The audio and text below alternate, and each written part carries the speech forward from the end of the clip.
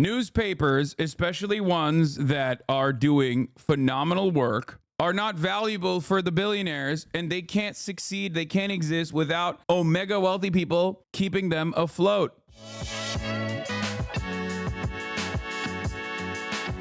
Not to be one of those people who tells you what to do with your money or acts like you got millions in the bank, but is there any way you could save the Intercept law? No. Are you guys crazy? Bro, the guy who founded the company is Pierre Omidyar. Do you know how much money he had when he built it? The guy who built the company, Pierre Omidyar, is a billionaire, okay? With a B. The second letter in the alphabet, just don't misunderstand me. It is not a millionaire with an M, a billionaire with a B. Like, we're talking about a company losing $300,000 a month. And it's on track to have a balance of less than $1 million by November and could be completely out of cash by May 2025. Yeah, I bought a house instead of the Intercept. Like, yeah, I don't think even gambling streamers would be able to fund this shit. And also, I don't think they would do that anyway. If you take out a reverse mortgage, you can keep them afloat for like 6 months. Okay, but what do I do after that? Then I'm underwater. Be broke, I guess. Okay. The problem is, there is no way to keep journalism afloat unless you are in the pocket of the wealthy. And no, I don't mean the wealthy like me. I mean the actually wealthy, okay? Like, Pierre Omidyar is a billionaire, and this was his own personal project. He really liked Jeremy Scahill, which I love as well. He really liked Glenn Greenwald, and he wanted to do investigative reporting. The problem, however, is that when you do really good investigative reporting, you're going to ruffle a lot of feathers. So I suspect that Pierre Omidyar probably got a bunch of phone calls, because there's no way to have an outlet like this unless you are operating on a skeleton budget and you are almost entirely fan funded, like Democracy Now!, right? And even then you can't do it. And the reality is, you can't have world superstar journalists on a ascetic skeleton budget.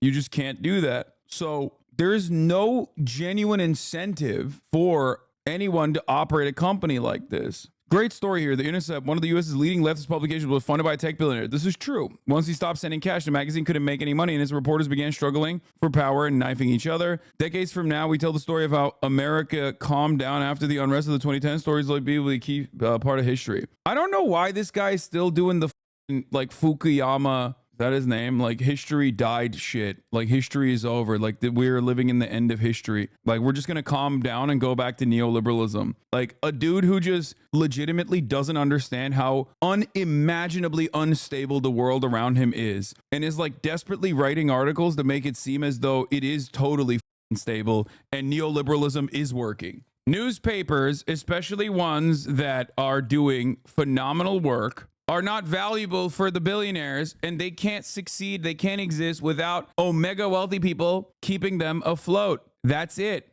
The only places that are actually in the green are the Axios, the Politicos of the world. Why are they in the green? Well, they're in the green because they get a shit ton of donors from Chevron, Exxon, BP, all the big places give these center-right publications like Axios, center-right publications like Politico, a shit ton of money. That's why if you are subscribed to the Politico newsletter, like I am, you will see every day, it will say, like in the header, this newsletter is sponsored by Chevron. This newsletter is sponsored by Raytheon. The problem is, you cannot have a sustainable media operation if you don't have a shit ton of corporate mega donor sponsors. That's it. That's just the unfortunate reality. So what do? Because the New York Times, as much as I am very critical of them, the New York Times still does phenomenal reporting. They are a necessity. Sponsor it. Yes, dude, I know. I am single-handedly going to keep this operation going, even though they lose more money than I make. I am somehow going to keep this alive. You're right. The Intercept was born a decade ago in a very different moment for media and politics. Two of its founders, Glenn Greenwald and Laura Poitras, broke the story of ever known as leaked surveillance files in 2013, which reshaped how Americans thought about the government and their privacy. Omidyar, a leftish billionaire with no known appetite for political combat, rapidly pledged deep support for an organization that would combine the anti-establishment mission with a combative form of online journalism born out of Gawker Media. The problem, however, is that when you're a billionaire, there is no reason to open up fights with other billionaires, especially when like everyone you know and your own class interest goes against combative investigative reporting. People think you make real money like the Bolshevik Party did by robbing government bank wagons, lol. Yeah. There is no world in which you can be a unironic leftist billionaire. I mean, there are people who are descendants of billionaires, like trust fund kids who try to use their trust fund for leftist causes, who are anti-capitalist. But ultimately, it's just not, it is antithetical to their way of existence, to the way that they make money. Why the fuck would they do that? Why would they cook themselves? A decade later, American politics are almost unrecognizable. Greenwald quit in fury to make chaotic allies on the right. Liberal donors have lost their taste for the party infighting, and the specter of Donald Trump looms, while voices further left are promising to punish Joe Biden over his response in Gaza. Those factors frame a crisis that comes even... By the way, the irony is Semaphore is an outlet exactly like The Intercept. A lot of great journalists. They hired a bunch of great journalists. Don't know how they're going to make it work, but this is an operation that is like not... It's not that different from, I guess, The Intercept. They don't do like super hardcore investigative reporting that like tackles the State Department. That is the worst part. That is the biggest no-no in this country. The biggest no-no in this country is doing real investigative reporting, not on domestic issues, but actually on foreign policy. That's the major role that The Intercept played.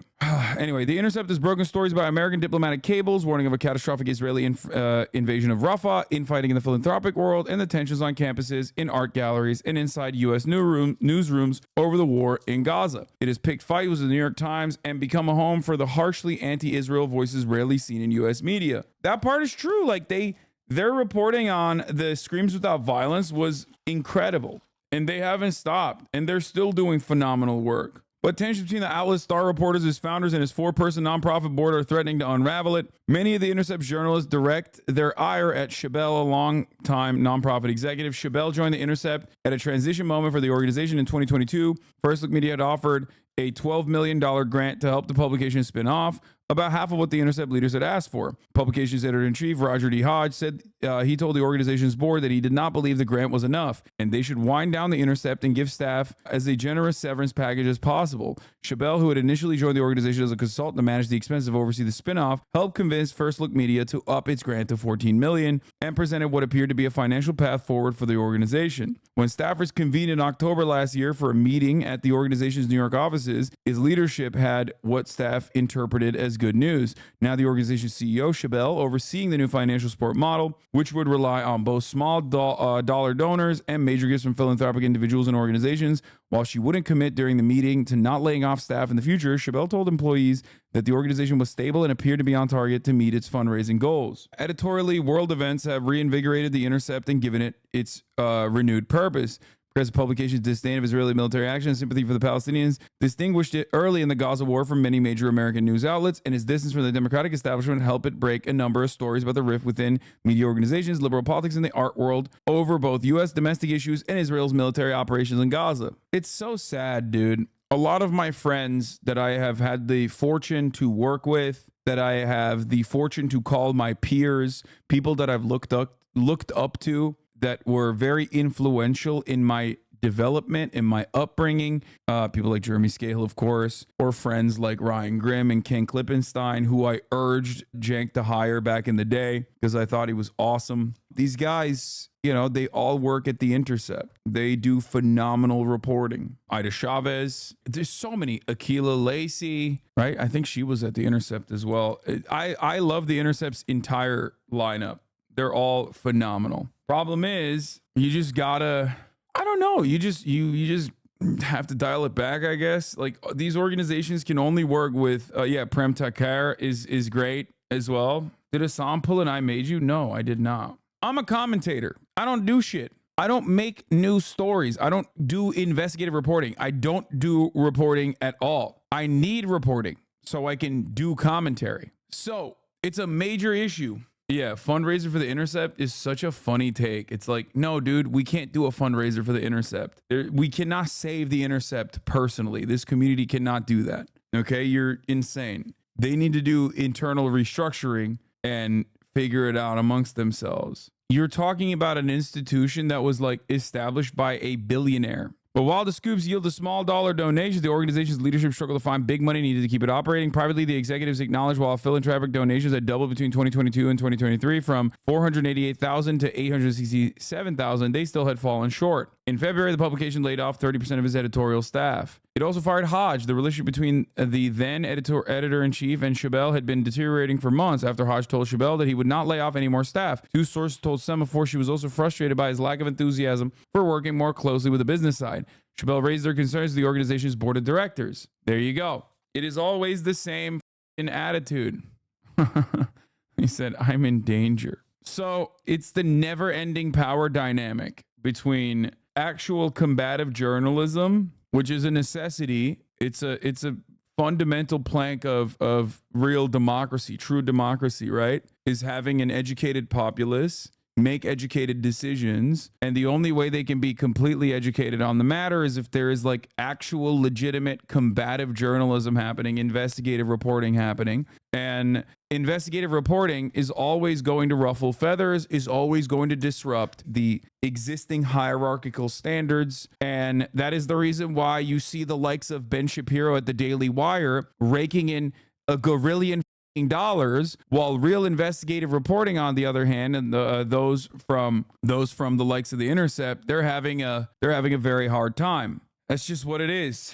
But the reality is, even the New York Times is having a hard time, like with its finances. So like reporting in general is difficult to make work under capitalism without like a shit ton of grants. Okay. People saying we don't need the New York Times are crazy, dude. You do need the New York Times. Guys, that's an insane take. Please stop. There is a reason why I rely on the New York Times and Washington Post all the time, the Associated Press all the time. These are incredibly important parts of American society. You need knowledgeable reporters who know what the they're writing about to fly out directly to places of conflict and do real reporting. That is insane. Even if these institutions have biases, and they certainly do, and a big part of my commentary revolves around parsing through said biases, they are still incredibly important. They have to exist. Thinking that you don't need new reporting to be happening is kind of crazy, I'll be honest. Like, you always need more reporting.